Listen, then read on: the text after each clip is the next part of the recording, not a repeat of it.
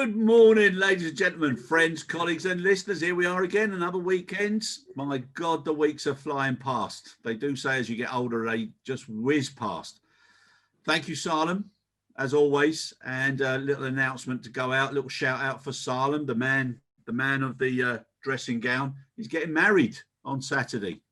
So good luck, Salem and Mahum.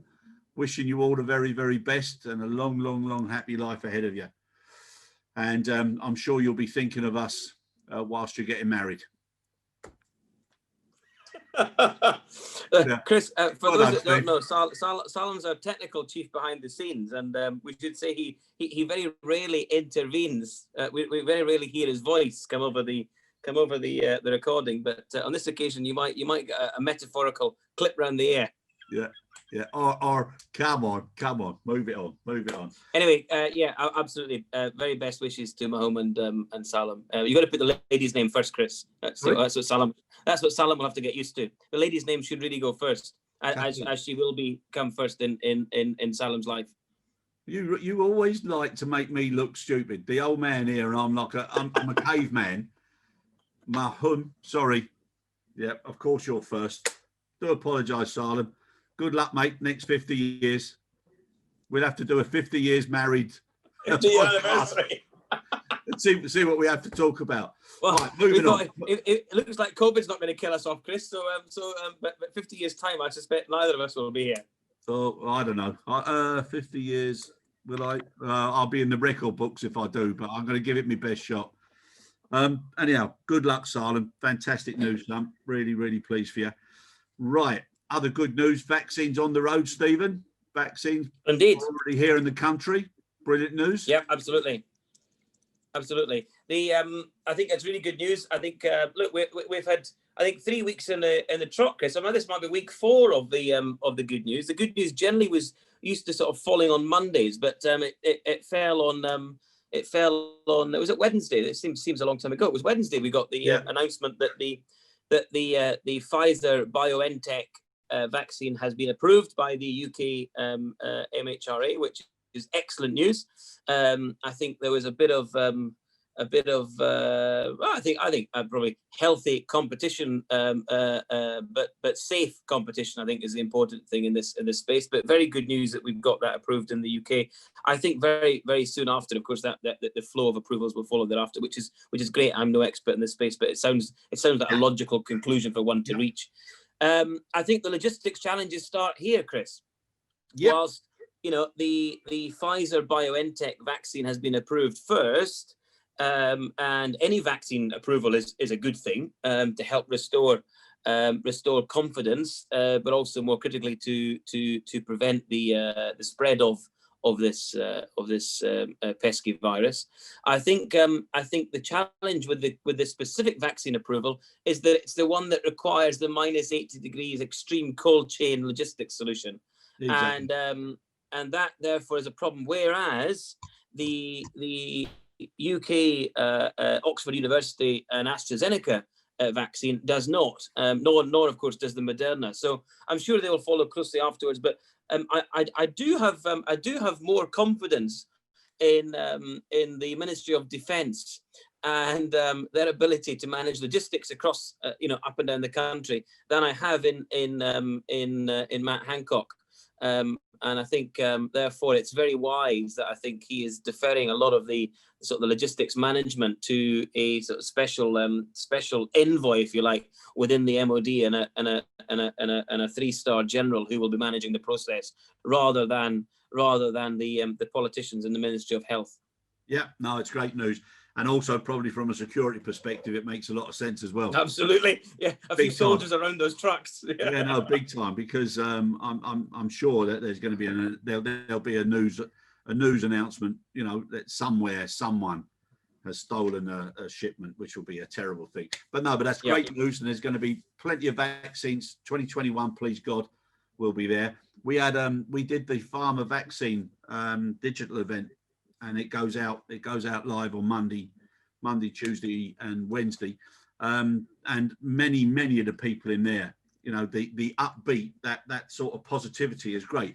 But the thing that surprises me, Steve, is even everybody being so positive, they're all in agreement that, positive news doesn't sell, so people are still wary that the media and everybody else is going to be challenging as to how they can do it from the logistics perspective, and also watching over everybody's shoulders to see if there's any spoilage or something goes wrong, and who are the perpetrators for breaking down the supply chain, etc. It is, I know you keep saying bad news doesn't sell, but if anything happens good next year, 2021, my wish for Santa would be that people started reporting more good news and positivity. I watched, I don't know if I watched DIY SOS last night. Oh, with Nick Knowles, yeah. Nick Knowles. So sorry for anybody who doesn't understand what this is, but what it is they find a family or a group or a section of society who have got absolutely, so many problems, and then they bring all these professional builders in free of charge, all volunteers, and they do something amazing with the house. Last night's show, a family had three youngsters, all with a severe, it was a genetic, it was just you just could not imagine such bad luck for a family, but what a lovely family. And there was so much good in it. Things like that should start to be reported, because there's so many good people and good things happening. And all you do now when you pick up a newspaper or listen to the news, just drags you down all the time. I don't understand it. Yeah, Chris, we should lobby for a good news gazette or something. The good news, the Ministry of Good News. Yeah, we should do. MOGN. Ministry of Good News. I know, like you like an acronym, Chris. I'm sure you come up with something. You'll come up with something more appropriate. But look, we've said this from the outset. You're right. Good news doesn't sell newspapers or sort of switch people on when it comes to watching television or radio news, or however they get their news medium these days.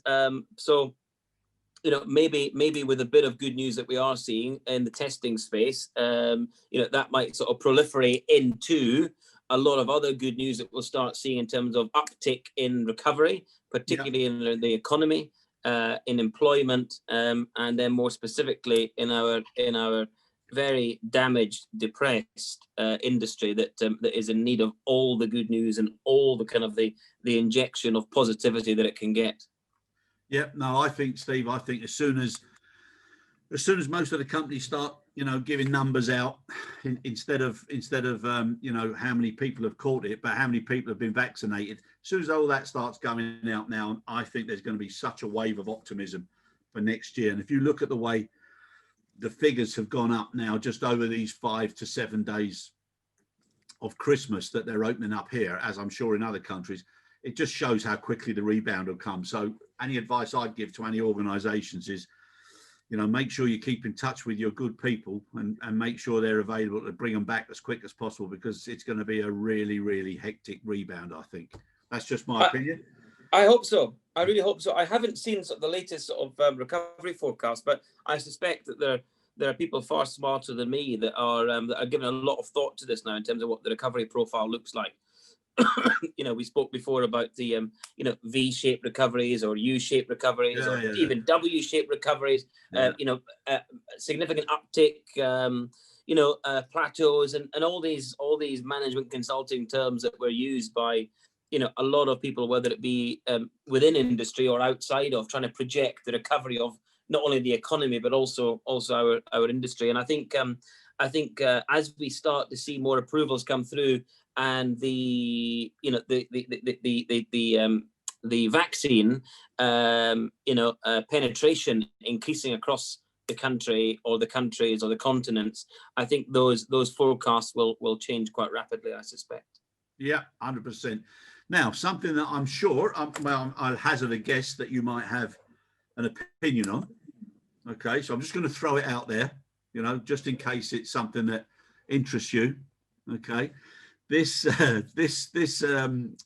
announcement that high value business travellers will be exempt from quarantine in England, and I know you're somebody that you love to think about, talk about, and comment on, Mr. Grant Shapps. What do you think about that particular headline? High value business travellers to be exempt from quarantine in England. Now, from this morning's news, and obviously they love to build things up and get people fired up. The initial opinion and initial questions weren't very positive.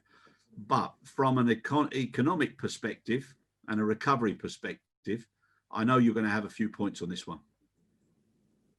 Well, look, I hadn't seen the news. What I'd seen last night before I slipped off to sleep was Grant Shapps' tweet, which he seems to have announced, announcing policy decisions by Twitter rather than through the conventional channels, which would either be through the Houses of Parliament or if the House isn't sitting, through normal government communication channels.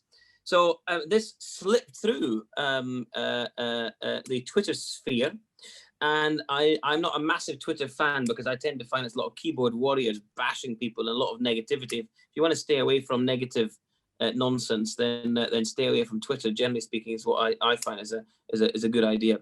But it was announced on Twitter. I then did some more digging this morning when I rose, and I'm rather surprised that it's had such negative. Well, I'm not surprised it's had negative response from the public. What I'm surprised about is the way in which it was communicated, Chris. Had this been done the message delivered as a package of measures to help restart the economy, and maybe delivered by somebody more amenable to the people, the public, the electorate, those that put Grant Shapps and his cohort into their seats in the house in the centre of power in Westminster, then I suspect somebody like Rishi Sunak would have done a far better job of announcing these economic measures to get these high net worth individuals back in and out of the country to be able to conduct business, to do business for Great Britain. Great Britain is open. It's a trading nation. We want to attract inward investment and capital into the City of London and beyond in terms of the levelling up agenda. I think that would have gone down very well with the great British public, who we know are very endeared to Dishy Rishi. For those not aware, Dishy Rishi is a rather handsome, if I say so myself, Chancellor of the Exchequer, Minister of Finance, for those in other parts of the world that don't know what Chancellor of the Exchequer is, because it's a rather peculiar, ancient thing in the UK. So, Chris, look, so that was a bit of rhetoric there, if you like, but I was posturing for my political career in the future. But positively, it's a positive thing. Of course, it's positive. These guys travel all around the world. Their business is dependent on travel. They make deals. They shake hands. They do business. Business can't be done the same way on Zoom. They make deals and touch elbows, if you wish.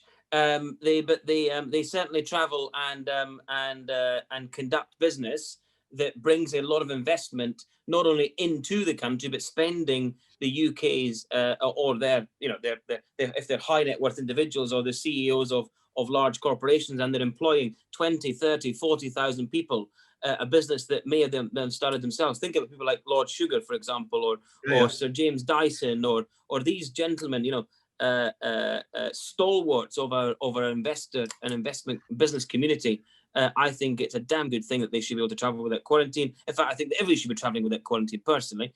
I think quarantine is a very blunt instrument. I would much better support the testing capability. But if they are going to exempt people, those are the ones to exempt, rather than the flagrant abuse of the quarantine rules by people like Michel Barnier and his group, who flit in and flit out of Brussels every day on the train into London, and bring all their Belgian nonsense with them at the same time. Go on, son. I'm so pleased that you rose so finely this morning. I did rise very finely. Thank you. Yes. I've heard some nice ones. So we've gone from you rising magnificently in the morning and Dishy Rishi. There's no end to it. No end to it, mate. Now more good news, and from some. Well, can I ask your opinion on that, Chris? It sounded like you had a different view. Did you, or what was your thoughts? No, I agree, Steve. I think what I don't understand is when there is some actual positive news that would do well, it's the way it's explained, or the way it's not explained. And if people started to spend a little bit more time trying to focus on the public and letting them know why things were being done, instead of what's done or what's not done, or you must, if they spent, the why, a lot more people would understand. And like you said, it's the way things come out, I just don't understand why they don't think about it a little bit more when you see them being interviewed and they've already made the decision, they stammer and they stutter and they never answer the bloody question, and journalists are getting annoyed. Sometimes I feel like throwing something at the television. I have to realize it was interesting. I had to pay for the television. I don't know if you saw it, and sort of continuing the topical and political theme, but it is interesting. I read yesterday, I didn't watch, I have to confess, but normally, for those not in the UK, we have Prime Minister's questions on a Wednesday, but there are people's questions to the Prime Minister on a Thursday. Yeah. And interestingly, and we've got the nightly Downing Street briefings from either the PM or one of his senior cabinet ministers. But interestingly, and this was across different spectrum of the press, the questions that the great British public were asking the Prime Minister were far more relevant, were far more topical, were of far more significance to every man and his dog in our country, Chris, than the bloody pontificating that people like Peston or Koonsberg or that other bloody woman from Sky News and Beth Rigby ask all sorts of nonsense. And I can hear people getting frustrated. My friends and colleagues, regardless of political affiliation, get so annoyed that they're not asking the questions of the day. The great British public want to know what's going on, and they want to question their Prime Minister. And they I think, therefore, should have, and it's interesting, the Prime Minister seemed to be much more relaxed in this interview as well, Chris, because he's talking to the public rather than talking to these journos that will colour the responses in the way that they want for their editors. Yeah. Also, the Prime Minister is getting a good feel for what people feel is important. Exactly.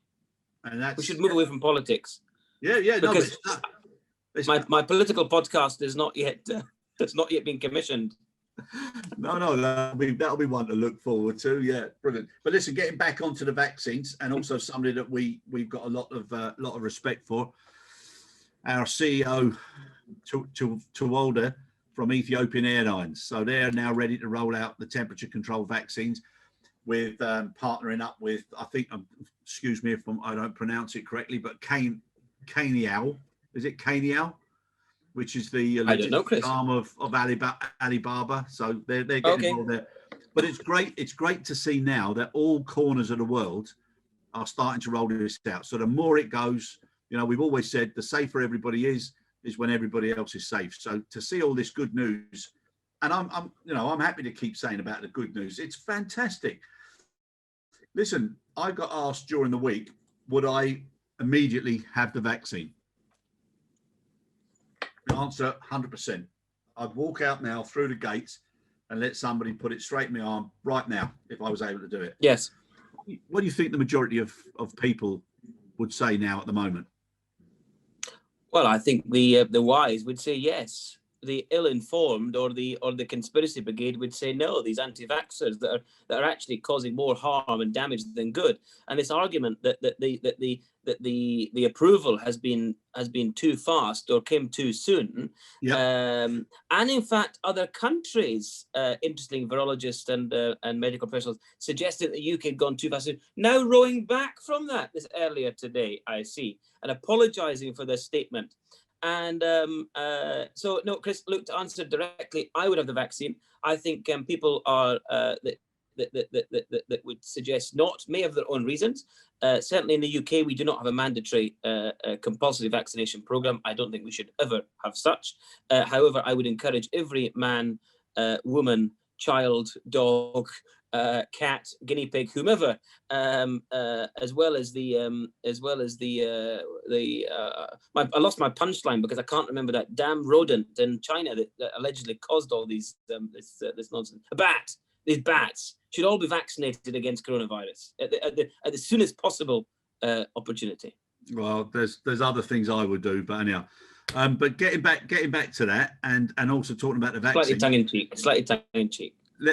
I know, and mine was tongue in cheek. There's something else I would do with anything that passed it on. But anyhow, what I would, and that's not necessarily tongue in cheek, but what I would suggest is the following.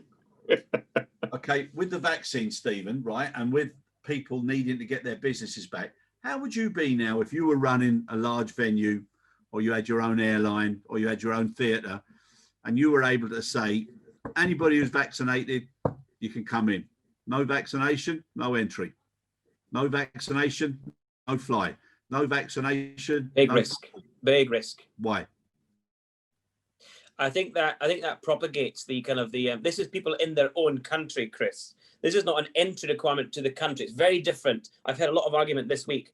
People saying, "Oh, yeah, but we've got a yellow fever certificate." Yes, I do. I have a yellow fever certificate. I have my yellow fever prophylaxis book. It's called prophylaxis, and you use that to go to normally sub-Saharan Africa, somewhere I've not been for quite some time. But I look forward to going again as soon as the borders are open. But no, I think it's different to that, to entering a country whereby the country has every right to ensure to protect its population that you are vaccinated against deadly diseases. Now, the question is, what is a deadly disease? Is COVID-19 as deadly as yellow fever? Is it more deadly, less deadly? I don't know. I don't have an answer. I'm not in any way capable or qualified to respond. However, what I would say is very different to your own country. Being able to go into restaurants or cinemas or whatever. Now, we do have to realise at the same time, these are private enterprises. They can make up the rules as they like. It's up to them who they let in and who they don't let into their establishments. But I think it risks as a liberal conservative, Chris, it risks a lot to our freedoms that so many have fought for so long. And those that that fought for those freedoms, I think we've thoroughly disappointed if we start introduce some fairly draconian restrictions like that.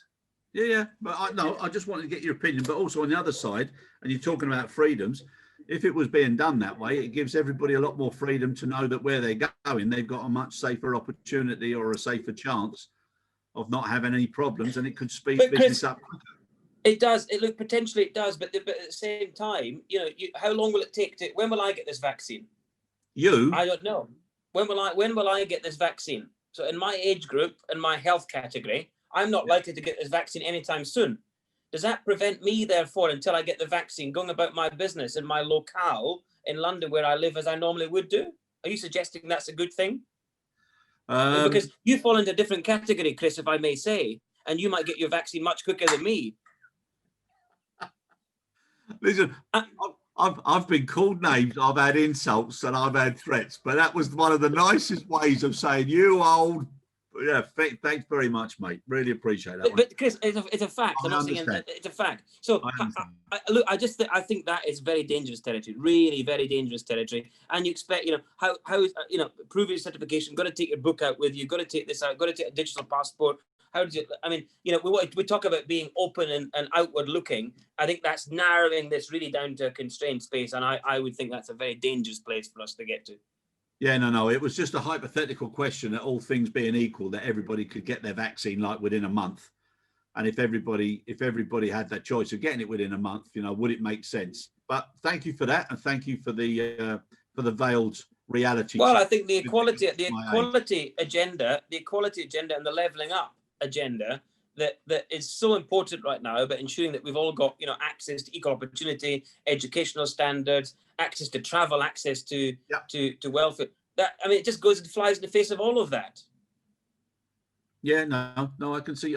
It's a bit like me saying, well, if I can spend 200 quid or 500 quid or £1,000 for a private vaccine, does that get me to travel immediately all around the world again? And I'm okay. The other thing to remember, of course, is it's only proven that it doesn't create symptoms for me if I catch the virus. It does not yet, as I understand, somebody please correct me if I'm wrong, but from my understanding, it does not prevent me transmitting the virus in those circumstances.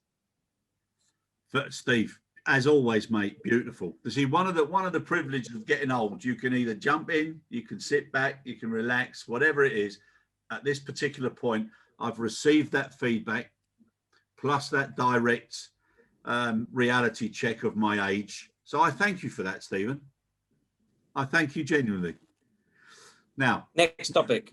Moving on. Next topic. Yeah. So on the reference to Ethiopian, which is great, but also they got they were recognised for a decade of airline excellence. And Tewolde, I think it was 2011, wasn't it, that he took over as CEO? I can't remember, but he's been there for as long as I've been doing work with Ethiopian, and that's been since 2014. So at least 6-7 years. Yeah. But he's done a great job. That carrier. I like that company a lot. Yeah. As we said a couple of weeks ago, it's very unfair that the Western press, put a lot of unfair sort of slander, prejudice thinking on on that part of the world. But Ethiopian really stand out for me, head and shoulders above every other African carrier. Yeah, no, I think they've done a great job, and him especially. And I've met him so many times at events, and also transiting through, and he's always there. You sometimes in the middle of the night you see him turn up, and he's overseeing what's going on. He's an absolute a great example. Now with that, and a little segue in there, you've got now Ryanair's announcement that they're taking on another 775 737 Maxes, which is, I mean, that's good news. It's also good for the environment. I think it's great news. I think, look, Ryanair have, I think there was some compensation arrangement or sort of a restructuring of a previous order, which I think has been done successfully. But great to see that announced earlier this week. I think in the manufacturer space, in the OEM space, there is some more good news warranted.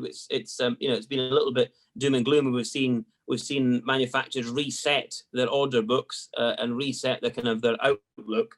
I saw only yesterday Rolls-Royce again announcing some further challenges with their business in the power plant area. So some more jobs to be lost there, unfortunately, in the UK. That looks likely. So anything that happens there is positive in the OEM space.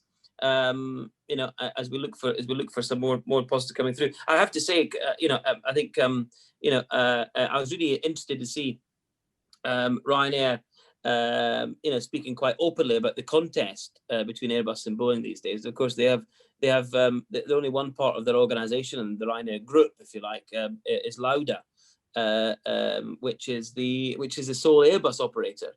Yeah. And I think Michael O'Leary was trying to orchestrate a way to get Airbus to push better pricing, but in the end it didn't sort of pan out, and he went for the so better the devil you know than the devil you don't, I suspect. Common fleet, of course, lots of benefits for commonality, as we know well. Yeah, no, exactly. But also now there seems to be more recognition now, and everybody's talking about environment and sustainability. And when they use that word, people were thinking about, just, the carbon footprint, etc. But sustainability is not just planet, it's also people, and it's also profit, and they all have to go together. Otherwise, it gets a disproportionate balance as well. So do you have a positive outlook, Stephen, that people are going to start taking a lot more notice now from 2021 onwards?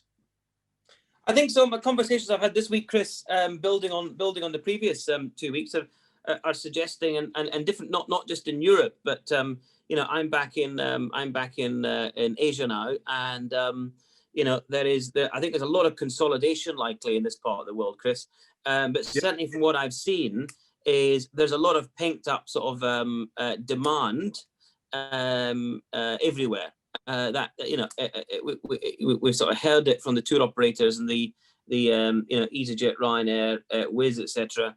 Announcing their summer 21 programs. I spoke last week about Air France announcing some additional capacity, winter 20 into summer 21.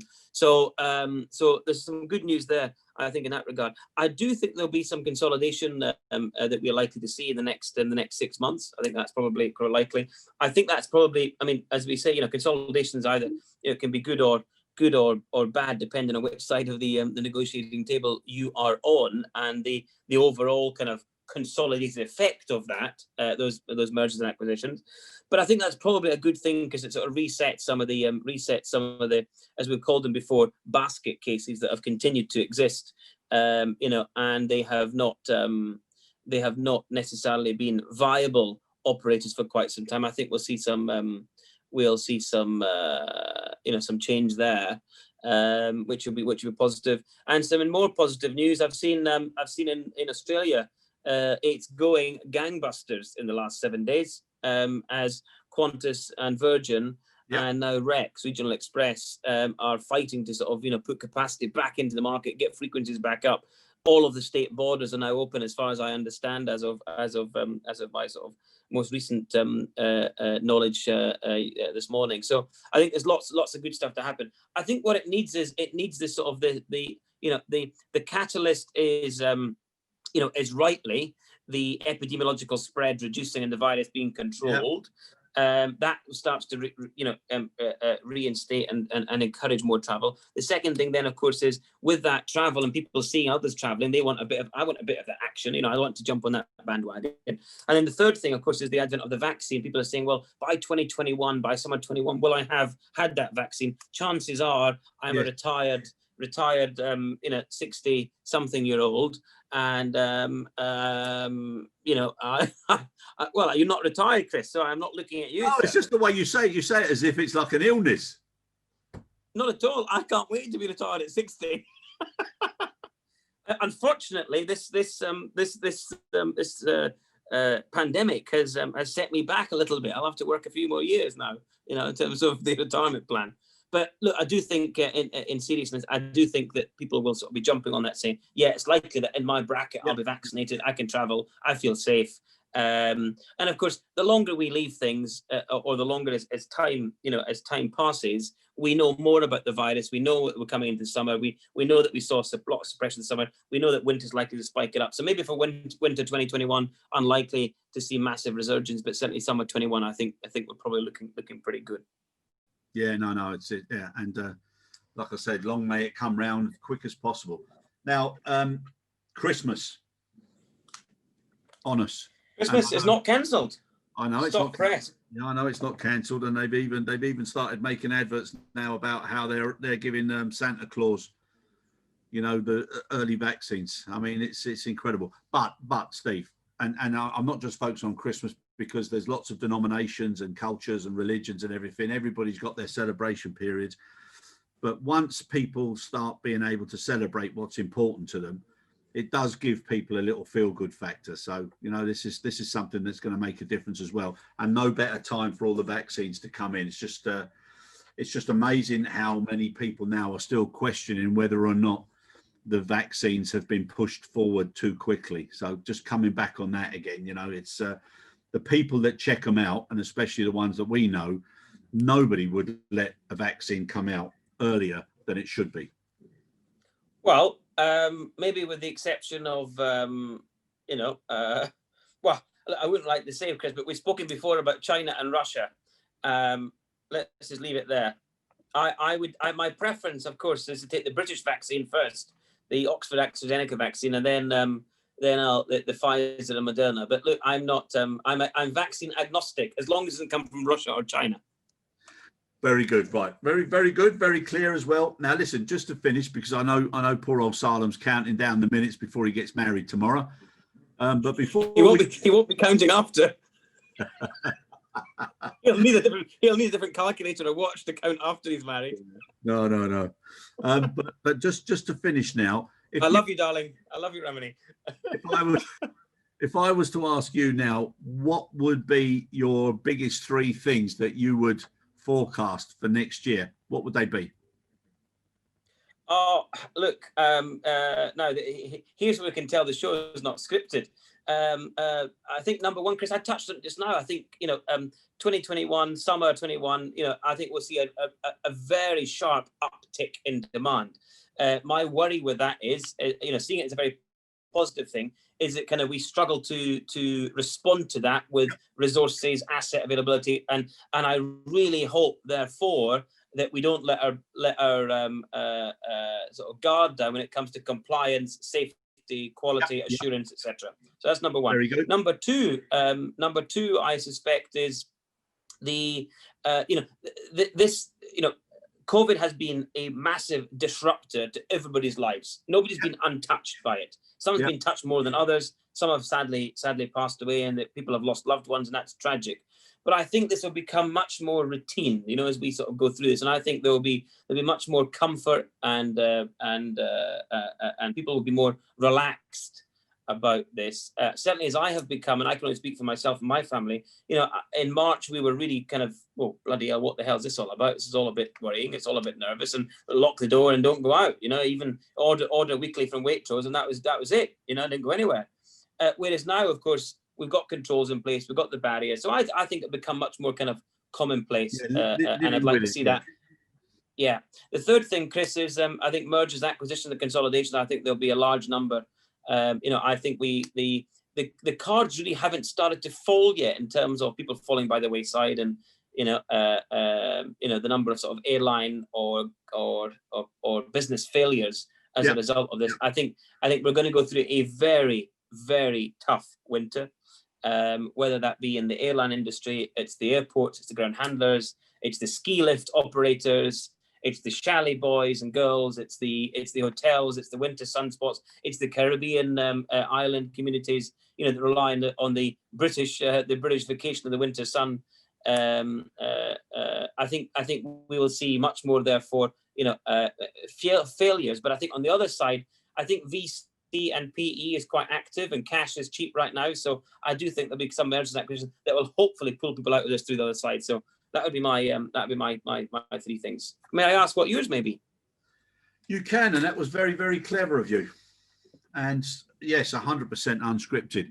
For me, what I would love to see, and this is for me now, right? So I'm not saying it will or it won't happen. What I would love to see, Stephen, is people being people and caring about much more than they cared about before, and not, rushing around and got to win at all costs. And don't get me wrong now, any sport, even when we do Christmas games here, I don't let the mother-in-law win, and she's in her 80s. So it doesn't matter what it is. I always want to win. But what I'm saying is, I think people have generally shown a lot more care and compassion, empathy, and I would love to see that carry through. Also, the life-work balance. I think organisations now have got to start thinking of how they train their leaders, how they train their succession programs, how they make people understand that together as a team, everybody achieves more. And they've got to make people start to think now, am I doing something right? Should I do it differently? But more importantly, I think there needs to be a focus on people being told that, look, no matter who we are, we all report to someone. So leadership, supervision, overseeing, whatever, it's a part of what we do. But if we all care about the sustainability of our companies, because that gives us the quality of life and our families and protects that way of living, if everybody starts to understand why it's important to do their bit, whether it's look after the equipment, don't cause damage to the facilities, don't do wasted time, all of those things will help companies start to recover quicker. And I think if people start to do that, then it's much, much better. I also think, and I agree with you, anybody who's performing badly, turn it in quicker, don't drag it on. And if organizations want to combine or merge or whatever, then do so quickly. But the last thing I would love to see is people recognizing experience and quality of personnel, keep hold of them, because there will be no, and there should be no excuses once this upsurge comes for people to say, we weren't ready, we weren't prepared, it caught us out, or we didn't have the capacity in the facility. People should be looking at all the mitigation, all the scenarios that should and shouldn't happen. They should be preparing now and making sure they do it, and don't be caught short, because it's definitely going to come. Everything that goes down quick normally rebounds either quicker for a period of time, or eventually it comes straight back up. But the most important thing is be good, care about people. That's what I want to see, Stephen, because, just seeing people in the streets, the way they used to come out and clap, all those things, they're almost long forgotten now, but it brought people together and it made people realise that you're right. When people are people, it's a much better place to live. You're right. Yeah. I'd sort of, that sort of all stopped. It went by the wayside in June or July, didn't it? I remember.